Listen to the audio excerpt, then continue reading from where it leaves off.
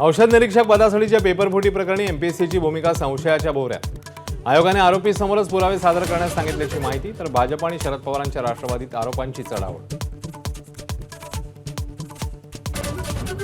राज्यातल्या रिक्षा ऑटो चालकांना मराठी शिकण्याकरता 1 वर्षाची मुदतवाढ। एकनाथ शिंदेंच्या शिवसेनेकडील परिवहन खात्याच्या निर्णयाला मुख्यमंत्र्यांचा मोठा धक्का। जुजबी मराठी यायला हवं, शिंदेंची सावध भूमिका। शरद पवारांची राष्ट्रवादी आणि काँग्रेसमध्ये पुन्हा बेबनाव। सुप्रिया सुळेंकडे ओबीसी सर्टिफिकेट असल्याच्या वडेट्टीवारांच्या दाव्यामुळे ठिणगी। अनावधानाने नाव घेतलं, वादानंतर वडेट्टीवारांची सारवासारव।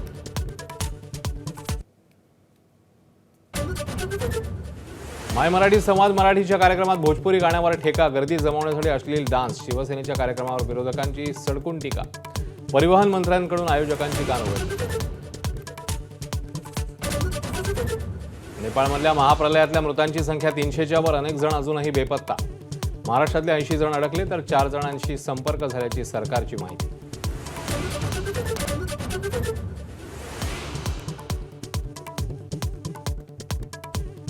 कोलंबो कसोटीत लंकेच्या तळाच्या फलंदाजांची यशस्वी झुंज। 5व्या दिवशी सोनल दिनुशाची नाबाद शतकी खेळी।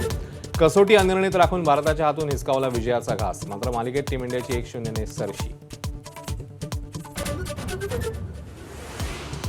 मुख्यमंत्री सर्वांच्या पाठीशी। आदिवासी विद्यार्थ्यांनी आंदोलन थांबवावं, आदिवासी विकास मंत्र्यांची विनंती।